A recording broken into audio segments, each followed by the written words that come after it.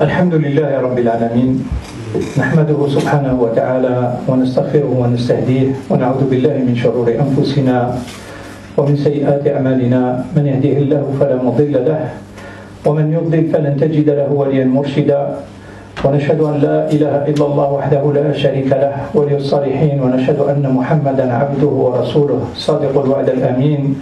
فاللهم صل وسلم وبارك على نبينا محمد وعلى آله وصحبه أجمعين. أما بعد، إخوة الإيمان، السلام عليكم ورحمة الله تعالى وبركاته. نسأل الله تبارك وتعالى أن يجعل جمعنا هذا جمعا مرحوما وتفرقنا من بعده تفرقا معصوما، ولا يدع فينا ولا معنا شقيا ولا محروما. اللهم علمنا ما ينفعنا وانفعنا بما علمتنا وزدنا علما. اللهم اجعلنا من الذين يستمعون القول فيتبعون أحسنه. اللهم آتنا في الدنيا حسنة وفي الآخرة حسنة وقنا عذاب النار.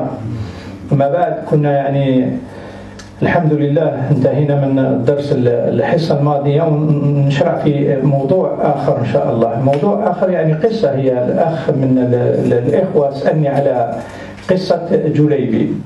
قصة جليبيب ذكرت في القرآن، وصحابي جليل، صحابي مقرب من النبي صلى الله عليه وسلم، كما سوف نرى في هذه القصة. وفيها عبر كثيرة في هذا القصة، قصة جليبيب رضي الله عنه وأرضاه. ففيها عبر فلنعتبر منها إن شاء الله عن طريق هذا الحديث هذا إن شاء الله. Aujourd'hui, à la demande d'un frère, il m'a demandé ce que c'est l'histoire de Julaybib. Julaybib, il faudrait savoir que c'est un compagnon du prophète sallallahu alayhi wa sallam. Ce Julaybib, qu'Allah l'agrée, il était proche du prophète sallallahu alayhi wa sallam. Et c'était une personne simple, comme on va le voir dans le cours d'aujourd'hui, Inch'Allah. C'est quand on raconte, c'est-à-dire nous, quand on raconte une histoire comme ça d'un compagnon du prophète sallallahu alayhi wa sallam, c'est afin qu'on puisse tirer les enseignements, on puisse tirer la morale de cette histoire et d'apprendre du comportement des pieux prédécesseurs, tel que celui-là, c'est le compagnon proche du prophète sallallahu alayhi wa sallam, et qui était presque rejeté par tous, comme on va le voir Inch'Allah. Il y a beaucoup d'enseignements à tirer, et ce sera Inch'Allah notre sujet aujourd'hui. Et si on aura un peu de temps après, Inch'Allah, on entamera un autre sujet, Inch'Allah, où là on parlera d'autres choses en fonction de l'évolution du temps. في قصة جليبيب عليه السلام رضي الله عنه وأرضاه، قصة جليبيب ذكرت في 3 أحاديث. الحديث الأول رواه الإمام أحمد في مسنده، والثاني رواه ابن حبان، والثالث رواه الإمام مسلم. فالأحاديث صحيحة في قصة جليبيب، وإحنا إن شاء الله نختصر من هذا القصة كل من هذه الأحاديث 3 ونجمعهم في قصة جليبيب رضي الله عنه. جليبيب رضي الله عنه كان إنسان لا نسب له ولا مال ولا جمال، كان إنسان لا يعرف له أثر، ولا كان إنسان بسيط جدا ومجهول حتى، ولا أحد يلقي له بال. فهذه هي قصة جليبيب. شوف الضعفاء في الأرض إلا الله سبحانه وتعالى الذي يعلم بتقلبهم في الأرض ويعلم مكانتهم في الأرض. ولكن احنا الناس الإنسان اللي ما يكونش عنده أهمية، هما في عهد النبي صلى الله عليه وسلم ومن قبل كانوا الناس عندهم يعرفون بالنسب. كان مثلا من أبا قحافة، من أبا قحافة كان أبي بكر رضي الله عنه من عائلة شريفة من أشراف مكة، وكان كذلك عثمان بن عفان، ونبينا محمد صلى الله عليه وسلم كان كذلك من عائلة شريفة. هذا جليبيب كان لا أثر له، ما يعرفوش منين النسب تاعه. ثانيا إنسان فقير ضعيف جدا، فقير ما عندوش المال، عايش ما يعطيه الأحد ولا الآخر. وكان جليبيب كذلك لا جمال له، كان موش كما نقولوا احنا بالعامية تاعنا موش شباب على الإطلاق. هذا هو جليبيب، نلخصوه في كلمات. فالرسول صلى الله عليه وسلم ما كانش عنده نفس المقادير والمعايير كما كان عند الناس كلهم. الرسول صلى الله عليه وسلم كان يحب هذا الإنسان، يحب جليبيب ويتكلم معاه وخداه تحت الجناح تاعه، ويعني يعلمه أمور ويمشيه معاه إلى آخره. فكان هذا جليبيب ماله إلى النبي الله صلى الله عليه وسلم اللي كان يعني يعطيه أهمية. فالرسول صلى الله عليه وسلم عندما كبر يعني جليبيب ويعني أصبح يعني له عمر في أن يتزوج، قال له رسول الله صلى الله عليه وسلم: ألا تتزوج يا جليبيب؟ فقال جليبيب رضي الله عنه: ومن يزوج جليبيب؟ يعني شكون راح يتزوج جليبيب؟ ما عندي مال، ما عندي نسب، ما عندي يعني جمال، ما كان والو، يعني ما حتى شيء. فالرسول صلى الله عليه وسلم قال له: أنا أزوجك. يا سبحان الله، الرسول صلى الله عليه وسلم تكلم مع جليبيب قال له: أنا أزوجك يا جليبيب.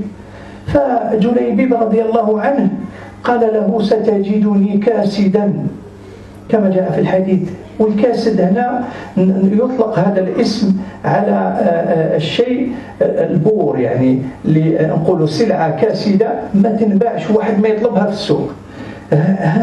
قال يعني ستجدني كاسدا، واحد ما يرضى بيا، واحد ما يقبلني، كالسلعة هذيك اللي تبقى في السوق واحد ما يحب يشريها ولو ينقصوا لها الثمن تاعها ولو كذا. فأجابه الرسول صلى الله عليه وسلم. وهنا الدرس الأول إخوة الإيمان، أن القيمة عند الله موش كما القيمة عند الناس. فقال له رسول الله صلى الله عليه وسلم: إنك عند الله لست بكاسد، إنك عند الله لست بكاسد، لأن المعيار عند الله موش نفس المعيار اللي نعير به احنا. الرسول صلى الله عليه وسلم يقول: إن الله لا ينظر إلى صوركم ولا إلى أموالكم ولكن ينظر إلى قلوبكم وأعمالكم. هاو المعيار عند الله، أن موش الجمال ولا المال اللي عندك ولا هو اللي يكون الأساس، لا، الله سبحانه وتعالى ينظر القلب بتاعك والعمل، العمل، القلب والعمل. لهذا يعني جاء في الحديث القدسي الصحيح المتفق على صحته، يقول الله جل وعلا: من هم بحسنة سأكتبها له حسنة كاملة، فإن عملها سأكتبها له 10 حسنات، ومن هم بالسيئة ولم يفعلها فسأكتبها له حسنة، وإن فعلها يكون عنده سيئة واحدة يعني فقط. انظر إلى رحمة الله. الله سبحانه وتعالى غير بالنية تاعك، بالنية تكون عندك. لهذا يقول لي: انظر إلى قلوبكم. القلب هي النية. فبالنية تاع الإنسان ربي يكتب لك حسنة. تقول أنت اليوم مثلا نتصدق بأنور، الله يكتب لك باللي تصدقت بأنور. سبحان الله، نية بركة. ولكن إذا عملت هذا العمل الله يزيد لك 10 حسنات، يقول له عندك 11 حسنة، 11 حسنة باش بنية زي عمل. هذا هو يعني شوف الله سبحانه وتعالى الرحمة تاعه. هو المعيار عند الله، ماهوش الجمال ولا المال ولا. الله سبحانه وتعالى ينظر إلى القلوب. وكان هذا إذا كان الرسول صلى الله عليه وسلم يعني باش الرسول يقرب إلى إنسان لازم يكون هذا الإنسان يعني حسن خلق، وكان يكون إنسان طيب، وإلا ربي ما يمكنوش باش يلحق الرسول صلى الله عليه وسلم. هذه هي يعني الآن نشوفوا في بعض الأحيان يعني في العائلات، بعض العائلات ولا يقول لك أنا الزوجة تاعي ما يشملها، وانت يا أخي ربي سبحانه قال: طيبون للطيبات. اسأل نفسك، راجع نفسك، إذا كانت غلط ممكن تغلط وممكن هي تغلط، ونصلحوا بهذا الأمور، نصلح أنا نفسي ربي يصلح لي المحيط تاعي. هذا هو يعني ما نقدرش نقول أنا صاحبي سراق ولكن أنا خاطيني، ولا صاحبي لا يا أخي، المرء على دين خليله، يقول الرسول صلى الله عليه وسلم. فلينظر أحدكم من يخالل. لهذا يعني راهي هذه العلاقة اللي كانت بين جليبيب والرسول صلى الله عليه وسلم كانت علاقة حميمة أقرب ما يكون، حتى هاي ضمانة باش يقول لك الرسول صلى الله عليه وسلم أنا أزوجك، لازم يضمن فيك باش يزوجك. ماهوش سهل، ما تقدرش أنت تزوج إنسان وكان يقولوا لك يعني أنت ضامن تقول لهم بس أنا ما نضمن فيه حتى شيء، لا. ولكن الرسول صلى الله عليه وسلم ضمن في جليبيب، قالوا أنا أزوجك يا جليبيب. L'histoire de Djulaybib, elle est passionnante, elle est pleine d'enseignements et elle est très importante pour nous parce que ça va nous éclairer sur beaucoup de choses qu'on vit au quotidien. Dans notre vie quotidienne, on est confronté à plusieurs situations et parmi les plus importantes situations, on va les trouver dans cette histoire de Djulaybib, qu'Allah l'agrée. Djulaybib, qu'Allah l'agrée, était proche du prophète sallallahu alayhi wa sallam. Et comme je l'avais dit, Djulaybib qui était délaissé par tout le monde. Il n'avait pas de filiation, c'est-à-dire noble, ou même pas connue. Aucunement. C'est pour ça que, au nom du prophète sallallahu alayhi wa sallam, quand on dit Abu Bakr ou bien Athman, on dit Ibn Affan, Ali ibn Abi Talib. Mais Djulaybib, il a été appelé comme ça, Djulaybib, on ne connaît pas sa filiation. Donc il était déjà amoindri parce que au temps du prophète sallallahu alayhi wa sallam, les Arabes à l'époque, ils accordaient beaucoup d'importance à la filiation. C'est d'où on appelait Abu Bakr parmi les Abi Quhafa. Abi Quhafa c'était des nobles de la Mecque. Athman ibn Affan aussi. Et le prophète sallallahu alayhi wa sallam, ils étaient parmi les nobles de la Mecque. Mais lui il n'avait rien de tout ça. Il n'avait même pas de filiation. On ne pouvait même pas parler de noblesse parce qu'il n'a même pas de filiation de Djulaybib. C'était une personne simple. Et Djulaybib, il n'était pas beau. Il n'était pas beau. Donc, lui, il vivait sa vie comme ça, simplement, sans demander autre chose, parce qu'il connaissait. Et ça, c'est d'importance capitale, parce que nous, des fois, dans notre époque, il y a des gens qui ne connaissent pas leur valeur. Et qui se surestime. Et Djulaybib, non, il connaissait, il savait qu'il n'avait pas de filiation, il savait qu'il était pauvre, il n'avait pas d'argent et qu'il n'était pas beau. Un jour, le prophète sallallahu alayhi wa sallam, il lui dit au Djulaybib, pourquoi tu ne te maries pas? Et Djulaybib, il répond au prophète sallallahu alayhi wa sallam en connaissance de cause, mais qui c'est qui va marier Djulaybib au messager d'Allah? Quand il a dit qui c'est qui va marier Djulaybib, c'est-à-dire celui qui a une fille, il ne va pas la donner à Djulaybib. Il lui a dit, moi je te marie au Djulaybib. Allahu Akbar. Il lui a dit, moi je te marie au Djulaybib. Le prophète sallallahu alayhi wa sallam, il dit à Djulaybib ça. Et Djulaybib, il savait pas quoi dire, au point où il a dit au messager d'Allah, tu vas me trouver comme un déchet. C'est-à-dire que un rébut, il a dit qu'est-ce en arabe. Qu'est-ce en arabe veut dire, vous savez, la marchandise qui reste, personne ne la demande, c'est comme ça. Même si tu lui baisses le prix, personne ne la demande, on n'en veut pas. C'est pareil, c'est comme ça qu'il lui a dit, tu me trouveras ainsi au messager d'Allah. Et le messager d'Allah, il lui a dit, auprès d'Allah, tu n'es pas kassid. Auprès d'Allah, tu ne l'es pas. Tu n'es pas une marchandise ou un déchet ou quoi que ce soit. Et dans ce sens, quel est l'enseignement à tirer de ça? C'est que la valeur ou l'échelle des valeurs auprès d'Allah tabaraka wa ta'ala n'est pas la même que pour nous. Le prophète sallallahu alayhi wa sallam, qu'est-ce qu'il dit? La valeur de la personne, il dit Allah ne regarde pas votre votre façon d'être ou de s'habiller ou votre argent, mais il regarde vos cœurs et vos actions. Le plus important, le cœur, pourquoi? Parce que c'est l'intention d'abord. Ensuite vient après l'intention l'action. Et regardez ce que dit Allah tabaraka wa ta'ala dans la citation divine, hadith Qudusi. Il dit Allah tabaraka wa ta'ala, si mon serviteur a l'intention de faire une bonne action, si mon serviteur a l'intention de faire une bonne action, je la lui inscris comme bonne action. Et s'il la réalise, je la lui inscris 10 fois la bonne action. Et s'il a l'intention de faire une mauvaise action et qu'il ne la fait pas, je la lui inscris comme une bonne action parce qu'il a délaissé pour Allah. Et s'il l'a fait, ce serait une mauvaise action. Regarde la miséricorde d'Allah dans tout ça. Si on a l'intention de faire juste avec l'intention de faire une bonne action, Allah nous l'inscrit comme bonne action. Déjà, avec l'intention, tu as une. Si tu la réalises, tu as 10 fois la bonne action. C'est ce qui veut dire, si tu as l'intention, tu dis j'ai l'intention de donner 1 euro, c'est comme si tu as donné 11 euros. Parce que Allah t'écrit une avec l'intention et 10 fois la récompense si tu le sors réellement, cet euro. Alors voilà l'échelle des valeurs auprès d'Allah, c'est juste l'intention et l'action. Et c'est ça que le prophète sallallahu alayhi wa sallam a dit à Julaybib auprès d'Allah, tu n'es pas kassid, tu n'es pas quelqu'un détestable au point où personne n'en voudra. Non, auprès d'Allah c'est autre chose et on va le voir. Mais revenons, réfléchissons juste un peu. Toi, dans ta fréquentation au quotidien, si tu fréquentes quelqu'un qui est mauvais, tu ne vas pas dire que non, lui juste il est mauvais, mais moi je suis bon. Et non. Le prophète sallallahu alayhi wa sallam il dit tu es l'homme est de la religion de celui qu'il fréquente.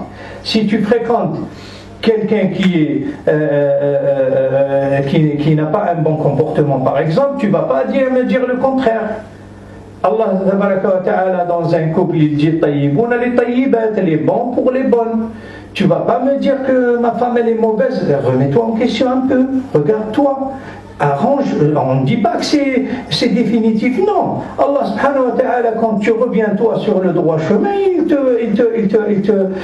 c'est-à-dire qu'il t'arrange ton entourage propre d'approche d'abord, ton épouse, tes enfants, ta famille et ainsi de suite. Et c'est ça, Allah il te préserve, donc tu es sur le droit chemin. Donc c'est ça, le prophète sallallahu alayhi wa sallam il a dit, je te marie. Pour marier quelqu'un, il faudrait qu'on soit garant sur cette personne. Regardez, c'est ça qu'on doit tirer comme enseignement. Si le prophète sallallahu alayhi wa sallam il a dit à Julaybib, je te marie, c'est que je me porte garant pour toi. Et c'est dans ce sens. في هذا السياق الرسول صلى الله عليه وسلم يعني قال الجليبيب أنا أزوجك يا جليبيب ولست عند الله كاسدا. ف يعني تسارعت الأمور وظهر أمر آخر ما كانش متوقع. كان إنسان في المدينة كان يعني من الذين يساعدون الناس ويقوموا يعني يدور على البيوت ويعطيهم الأكل إلى آخره يوزع عليهم الأكل. فرأى جليبيب وهو إنسان بسيط جليبيب يمر في الأحياء يتكلم مع الصغير الكبير المرأة البنت يتكلم معهم يضحك معهم وإلى آخره ويمر طريقه. هو ما عندوش يعني نية سيئة لأن لو كانت عنده نية سيئة كان يعلمها الرسول صلى الله عليه وسلم. ولكن هذا الرجل قال الأهل التاء قال لهم لو دخلوا فتحتم الباب لجليبيب سأفعل كذا وكذا وكذا. فوصل الخبر إلى النبي صلى الله عليه وسلم. فوصل الخبر إلى النبي صلى الله عليه وسلم. فالرسول صلى الله عليه وسلم شوف يعني يقول ادفع بالسيئة الحسنة يعني ادفع بالتي هي أحسن دائما. لو كان يعني إنسان آخر في مكاننا في موضعنا يقول كيف أنا ضمنت في هذا الإنسان وأنت أنا رسول الله وأنت تقول يعني فيه كذا وكذا.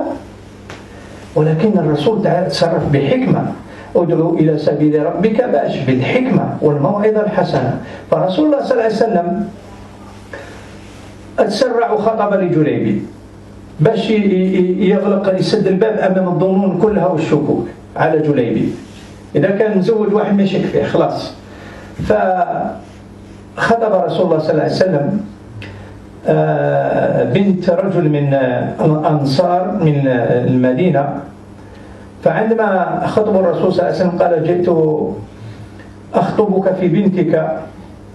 فقال نعمة وكرم ونعمة عين. يعني كان هذا الكلام يقولوه يعني راك قرة عيني وهذا كرم وشرف لنا أن يتقدم لنا الرسول صلى الله عليه وسلم يخطب بنتنا. فعندما قالوا الرسول صلى الله عليه وسلم إني لا أطلبها لنفسي فالرجل تراجع. قالوا لمن؟ قال لجليبيب. قالوا يا رسول الله أشاور أمها بعد ما كانت يعني بعد ما كانت لي الحمد لله وهذا شرف. قالوا سأشاور أمها. فذهب الرجل إلى زوجته وقال لها الرسول صلى الله عليه وسلم طلب منا البنت فقالت له نعمة عين كذلك، فقال لا يطلبها لنفسه ولكن يطلبها لجليبيب. قالت أجليبيب إنيه أجليبيب إنيه أجليبيب إنيه، وهذه يعني كانت صفة تنطق إنيه، يعني لا لا لا أبدا أبدا جليبيب أبدا، يعني مستحيل ما تصورش الإنسان. قالت له هو وإحنا رفضنا فلان وفلان وفلان كانت يطلبها يعني الناس أشراف وناس يعني أغنياء وناس يعني عندهم قدر. قالت جليبيب. فبينما هم يتكلموا يتحدث مع الزوجة مع الزوج والرجل يعني يخمم كيف يتكلم مع الرسول صلى الله عليه وسلم، فخرجت البنت قالت لهم أترفضون رسول الله صلى الله عليه وسلم؟ قالت لهم أتردون رسول الله صلى الله عليه وسلم؟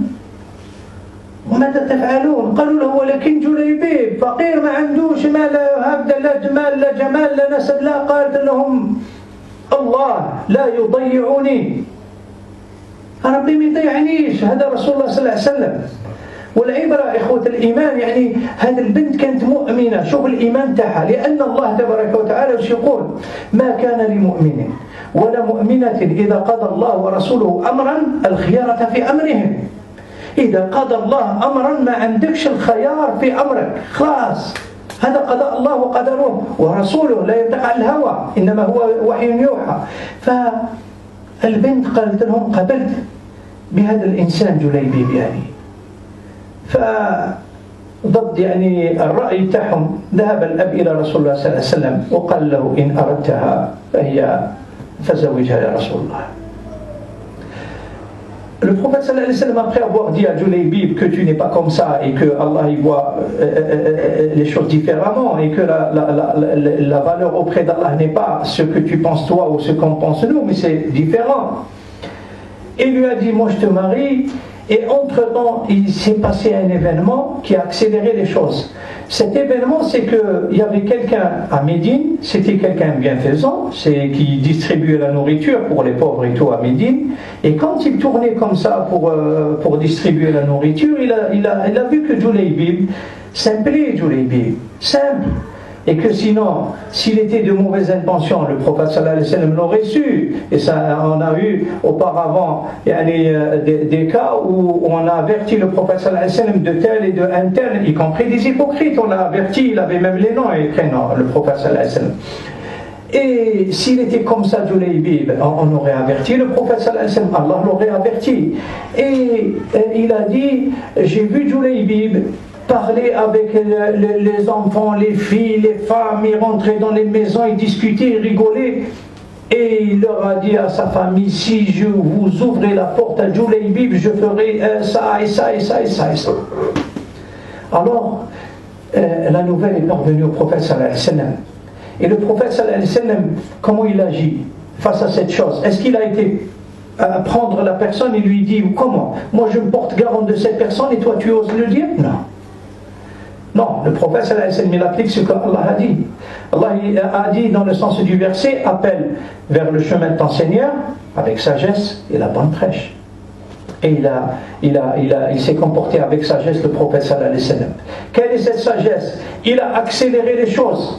Et comme ça, quand Julaybib sera marié, on va fermer la porte du doute à tout le monde. Et c'est ce qui s'est passé. Il a été voir l'un des Ansar, ceux qui ont reçu le prophète sallallahu alayhi wa sallam, les gens de Médine, et il lui a demandé la main de sa fille. Lorsque la personne a vu que le prophète sallallahu alayhi wa sallam demandait la main de sa fille, il lui a dit, quel énorme honneur pour nous que le prophète sallallahu alayhi wa sallam, c'est la prunelle de mes yeux, de nos yeux, le prophète sallallahu alayhi wa sallam, il demande la main de notre fille. Il lui a dit non, c'est pas pour moi. Et il lui a dit, c'est pour qui alors? Après avoir dit oui, tout, il était d'accord sur toute la ligne, il lui a dit c'est pour Julaybib. Julaybib était connu. Julaybib était connu pour une personne à laquelle on n'accordait pas d'importance. Enfin, ici-bas, on verra autre chose en haut. Mais personne n'accordait de l'importance. Il n'avait pas d'argent, il n'était pas beau, il n'avait pas de filiation. Alors, il lui a dit, je vais demander à sa mère, après avoir été d'accord. Et il est parti voir sa mère, sa femme, l'homme, Il lui a dit, le prophète sallallahu alayhi wa sallam nous a demandé la main de notre fille. Elle lui a dit, oh quel honneur. Et il lui a dit, non, c'est pas pour lui, c'est pour Julaybib. Elle a dit, Julaybib, non, Julaybib, non, Julaybib, non, c'est jamais, jamais, jamais. Et pendant qu'il discute avec sa femme et qu'ils ont dit c'est impossible qu'on va marier notre fille, on l'a demandé, plusieurs notables ont demandé, on a refusé un tel, on a refusé un tel, et maintenant c'est à Julaybib. Non, c'est jamais, c'est inimaginable. À ce moment, la fille elle a entendu et elle est sortie et elle leur dit, vous osez, c'est-à-dire refuser le prophète sallallahu alayhi wa sallam quand il vous a demandé quelque chose, vous osez refuser le prophète, vous allez, c'est-à-dire lui dire non comme ça au prophète sallallahu alayhi wa sallam, alors que Allah tabaraka wa ta'ala, il a dit dans le sens du verset, il n'est pas donné à un croyant ou une croyante le choix dans leur façon de faire quand Allah et son messager décident d'une chose. Et ça c'est inversé. On ne peut pas aller à l'encontre de la décision d'Allah et de son messager. La fille, c'est une personne pieuse. Allah elle a aimé, ils lui ont dit, il n'est pas beau, il n'a pas d'argent. Il lui a dit, Allah ne m'égarera jamais, ou ne m'abandonnera jamais. Parce que c'est Allah qui décide. Et le messager, quand il demande une chose, c'est Allah qui l'aide. Et contraint, le père est parti abattu, a annoncé au prophète sallallahu alayhi wa sallam qu'ils ont accepté de marier leur fille à Julaybib. عندما الرسول صلى الله عليه وسلم سمع الخبر فأمرين. الرسول صلى الله عليه وسلم هو اللي جهز عرس جليبيب. كل عرس جليبيب الرسول صلى الله عليه وسلم هو اللي جهزه. انظر يعني تكفل بجليبيب كليا. عندما جهز العرس كله دعا الرسول صلى الله عليه وسلم وسمع الدعاء سبحان الله قال اللهم صب عليها الخير صبا صبا على هذه المرأة لأن جليبيب فقير فطلب الله تبارك وتعالى قال اللهم صب عليها الخير صبا صبا ما هوش صب واحد ولكن صبا صبا. فالرسول صلى الله عليه وسلم جهز العرس وتزوج جليبيب ودخل بزوجته ولم يمضي إلا القليل. وعندما يقول القليل يعني يومين ثلاثة على الأكثر. فسمع مناديا ينادي للجهاد في سبيل الله. سمع جليبيب منادي ينادي للجهاد في سبيل الله فخرج جليبيب. عمره ما كان يتصور أنه راح يتزوج. انظر إلى هذا الموقع يعني الموضع اللي كان فيه. عمره ما كان يتصور حتى أنه يتزوج. وتزوج وصاحب امرأة من أشرف النساء ومن أجمل النساء وترك كل هذا الشيء للخروج في سبيل الله. Julaybib, le prophète sallallahu alayhi wa sallam, quand il lui a annoncé la nouvelle, il a préparé le mariage de Julaybib. C'est lui qui a financé tout le mariage, toute la fête de Julaybib pour Julaybib. Et il a fait une invocation pour l'épouse de Julaybib. Regardez ce qu'il lui a fait comme invocation.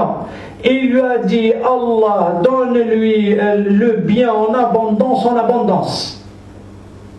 Deux fois. Et il lui a demandé l'abondance.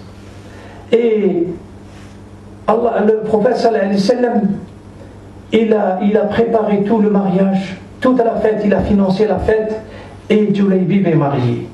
Julaybib, il entre comme nouveau marié, et il ne se passe que très très peu de temps après le mariage, il entend quelqu'un appeler au djihad sur le sentier d'Allah.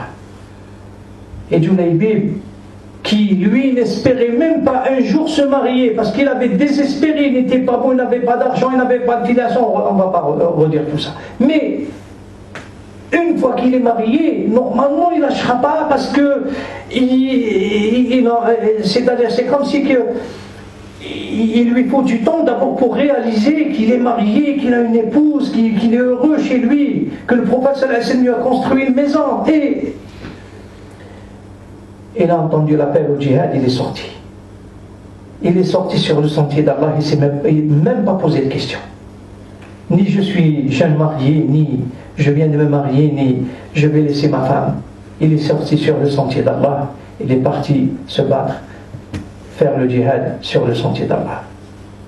عن مخرج للجهاد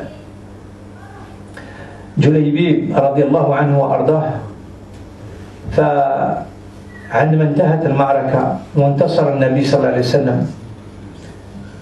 فبدأ رسول الله صلى الله عليه وسلم يبحث عن جليبيب فلم يجده.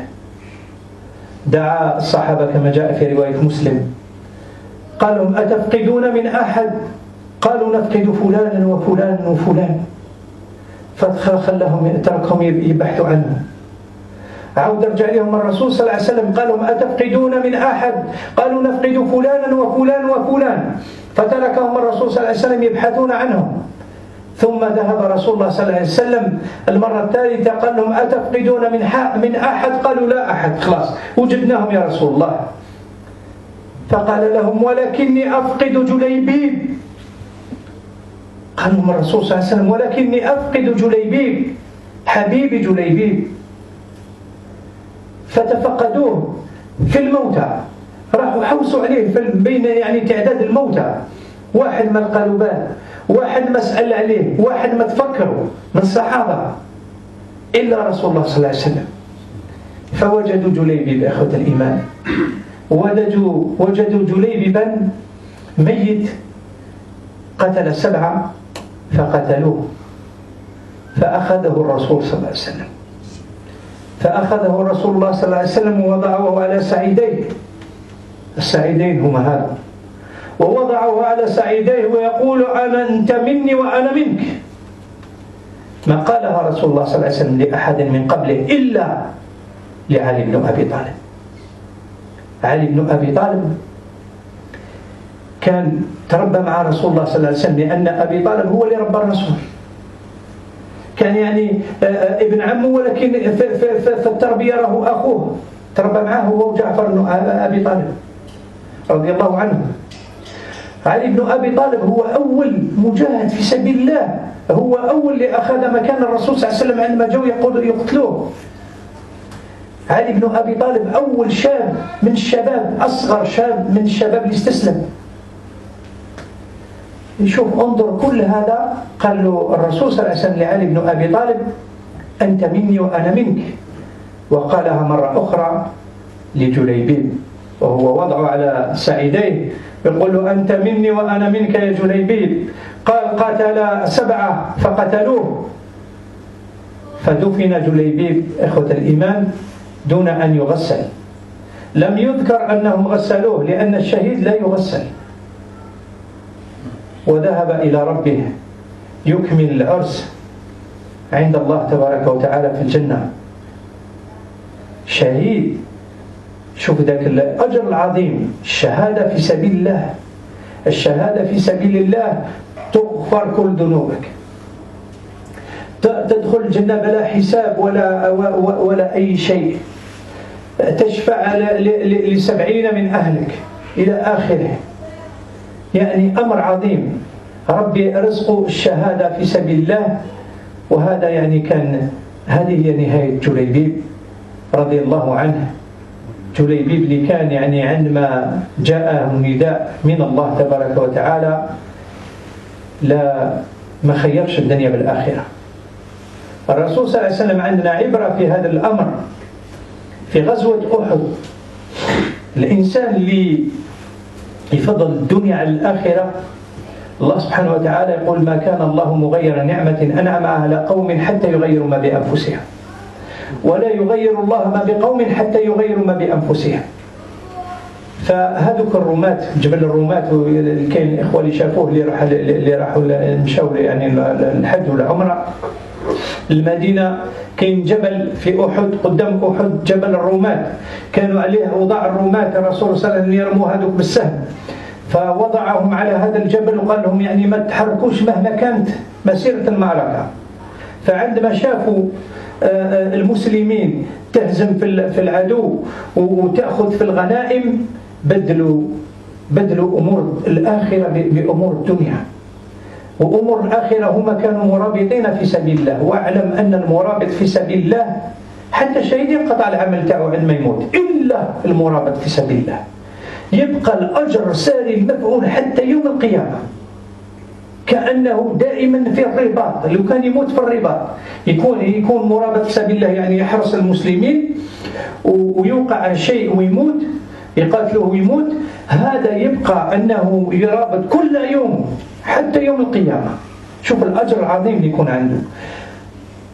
هذا بدلوا هذا الأمر تاع الآخرة بأمور الدنيا، وحطوا نزلوا من الجبل وبدأوا يحوسوا يبحثوا عن الغنائم. فالله سبحانه وتعالى بعد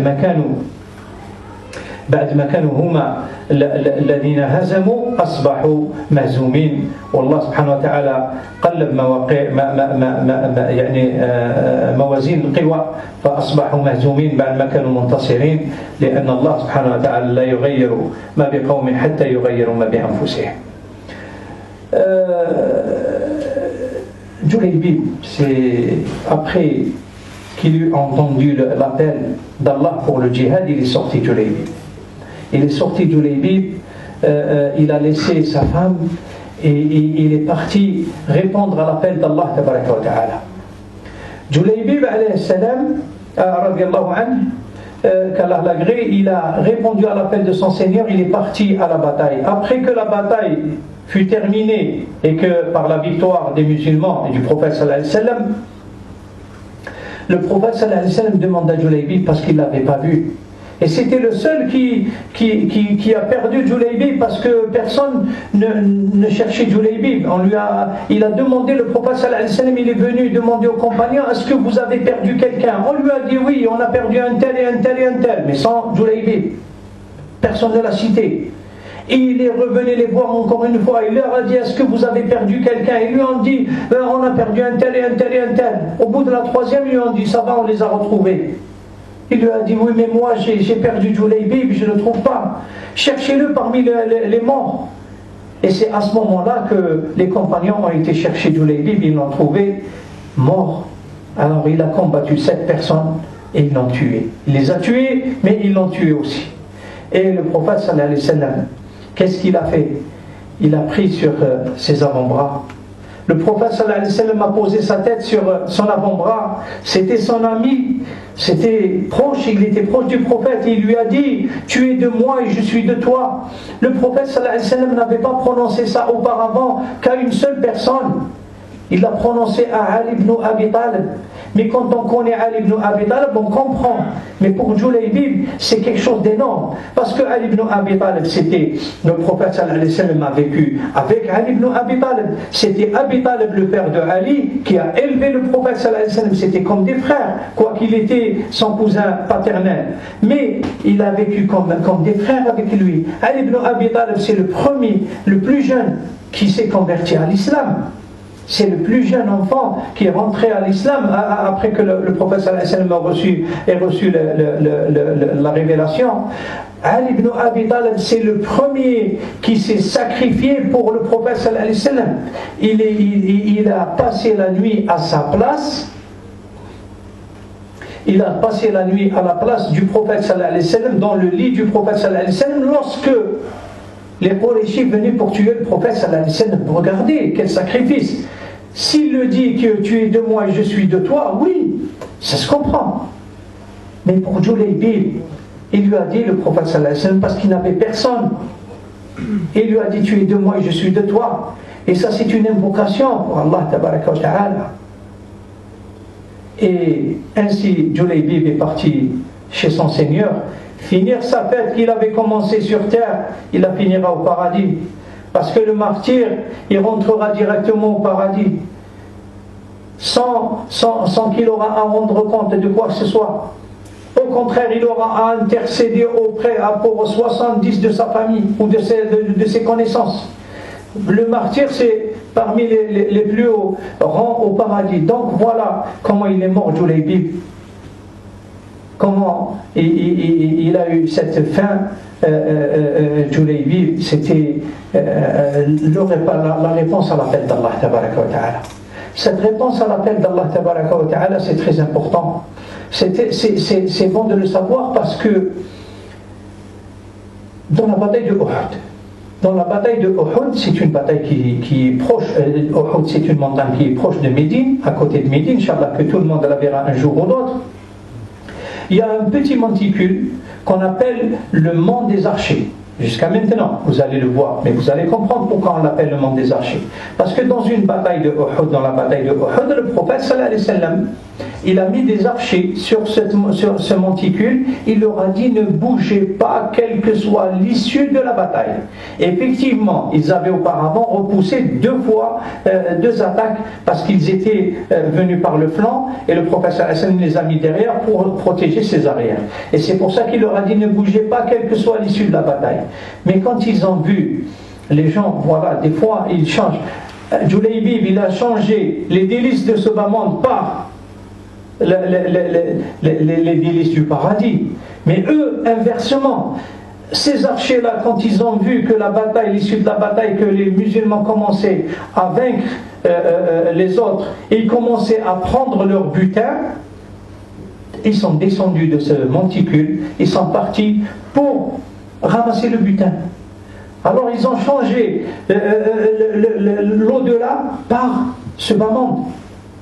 Et alors que s'ils étaient restés là où le prophète sallallahu alayhi wa sallam leur a ordonné de rester, vous savez qu'ils étaient ce qu'on appelle les murabitin, ceux qui surveillent les musulmans et ils protègent les musulmans. Le murabitin, ces gens-là, s'ils meurent dans cette situation, il aura la récompense qui va, comme si c'était courant jusqu'au jour de la résurrection, comme s'il le faisait ça jusqu'au jour de la résurrection. C'est impossible, c'est comme le monde courant et plus encore, parce qu'il est sur le sentier d'Allah en train de protéger les musulmans.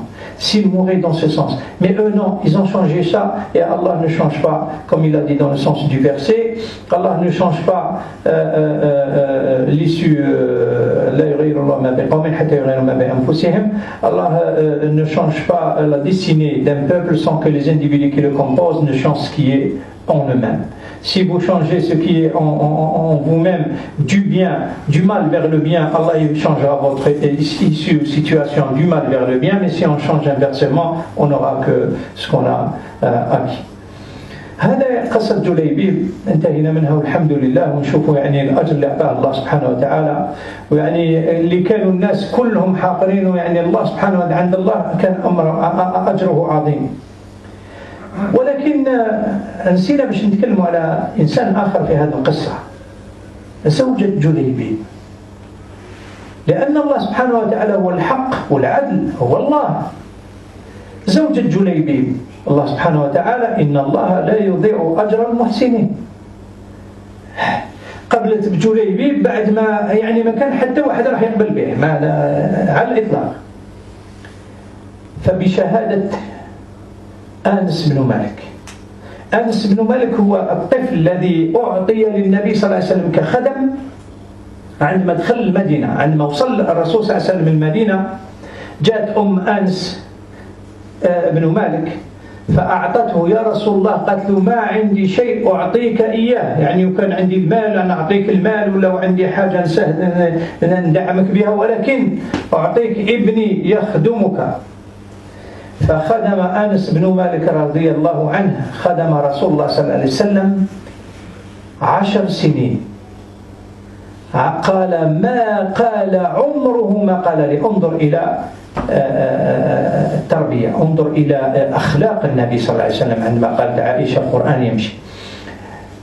عمر ما قال لي لما فعلت هذا ولما لم تفعل هذا. احنا 5 دقائق نقول له كل هذا ويا ربي ولا بالك كتر، ممكن كتر. سبحان الله. لا شو 10 سنين ما تقولوش علاش درت هذا الشيء ولا ما علاش ما درتش هذا الشيء.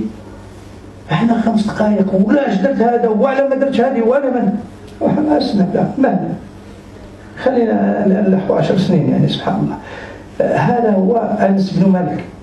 ولكن تشوف الله سبحانه وتعالى فضل عظيم، لأن أنس بن مالك ثاني راوي للحديث، أكبر عدد من الحديث الثاني هو أنس بن مالك. الأول هو أبا هريرة، اللي روى أكبر عدد من الحديث هو أبا هريرة الأول.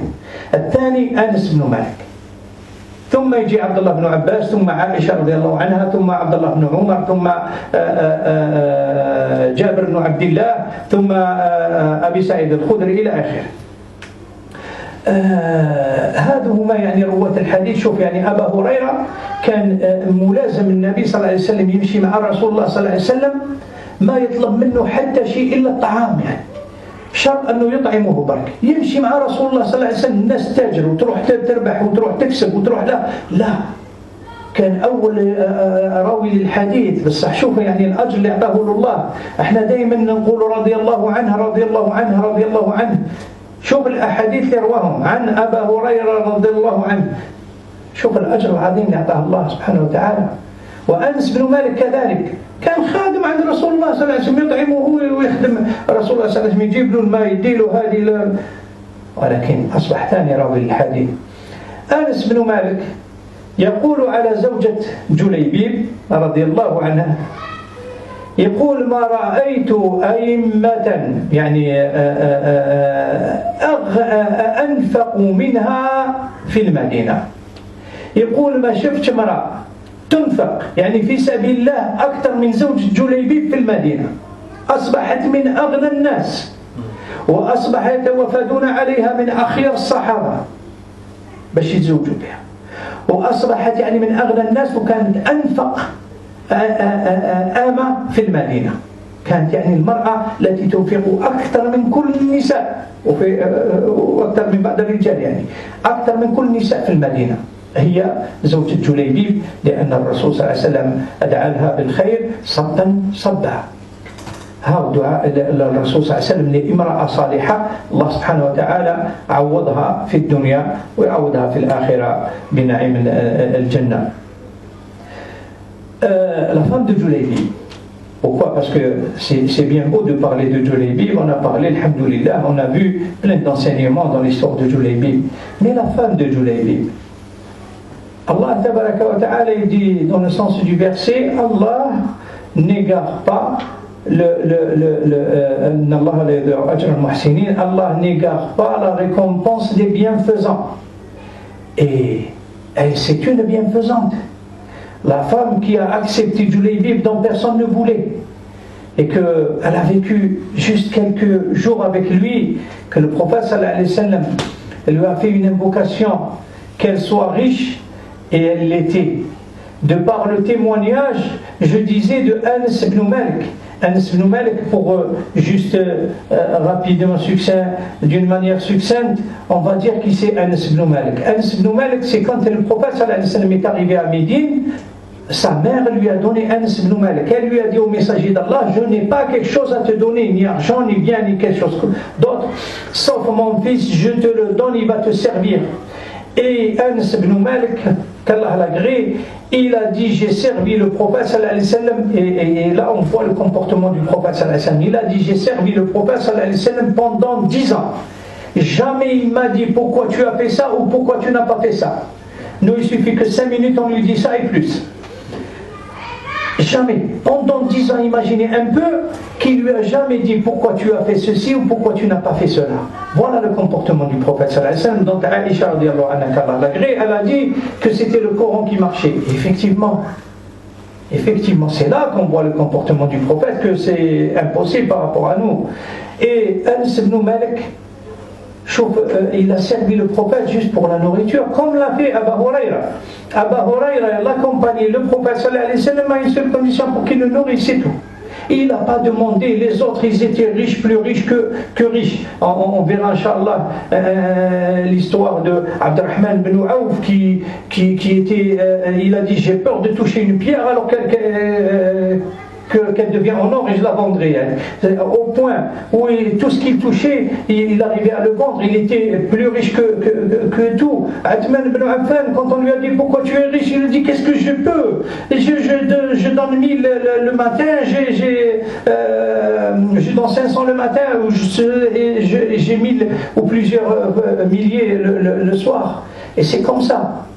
Ils étaient riches parce qu'ils s'en foutaient. Mais l'histoire de Anas ibn Malik et de Abu Huraira, Allah l'a récompensé comment? Regardez combien de fois on dit Allah l'agrée, Allah l'agrée, Allah l'agrée. Abu Huraira, c'est le numéro 1 au compagnon qui a remporté le plus grand nombre de hadiths, c'est Abu Huraira. Le deuxième, c'est Anas ibn Malik. Regardez l'importance. Ils ont consacré une partie de leur vie avec le prophète sallallahu alayhi wa sallam sans contrepartie.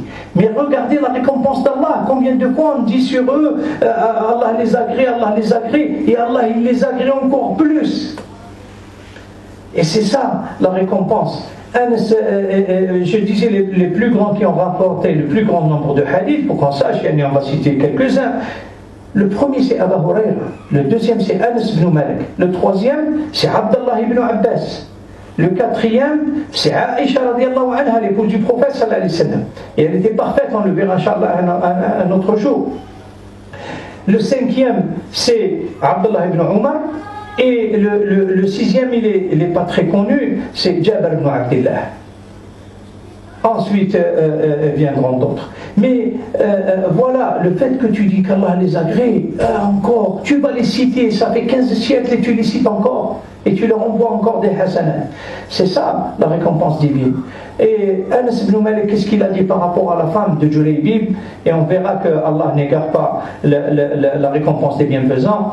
La femme de Julaybib, à part l'invocation du prophète sallallahu alayhi wa sallam qui lui a demandé qu'Allah lui donne en abondance, et effectivement il a dit, Anas ibn Malik, je n'ai pas vu une femme à Médine aussi qui dépensait aussi nombreusement, c'est-à-dire qui dépensait autant sur le sentier d'Allah que la femme de Julaybib. C'était devenu la femme, celle qui dépensait le plus sur le sentier d'Allah tabaraka wa ta'ala, celle qui donnait le plus l'aumône par rapport à toutes les femmes, et y compris par rapport à certaines personnes, à certains hommes aussi. Donc regardez l'issue de la femme de Julaybib, et elle était très convoitée pour plusieurs, parmi les grands sahaba l'ont demandé en mariage. Voilà comment Allah tabaraka wa ta'ala récompense ces personnes-là. نسأل الله تبارك وتعالى أن ينفعنا، أن يعلمنا ما ينفعنا وعلمنا ما ينفعنا وانفعنا وزدنا علما يا رب العالمين. اللهم آتنا في الدنيا حسنة وفي الآخرة حسنة وقنا عذاب النار. اللهم أعنا على ذكرك وشكرك وحسن عبادتك. اللهم اجعل جمعنا هذا جمعا مرحوما وتفرقنا من بعده تفرقا معصوما، ولا تدع فينا ولا معنا شقيا ولا محروما. اللهم ثبتنا على دينك يا رب العالمين. باسمك اللهم وبحمدك أشهد أن لا إله إلا أنت أستغفرك وأتوب إليك. سبحان ربك رب العزة عما يصفون وسلام على المرسلين والحمد لله رب العالمين. بارك الله فيكم. وإياكم إن شاء الله.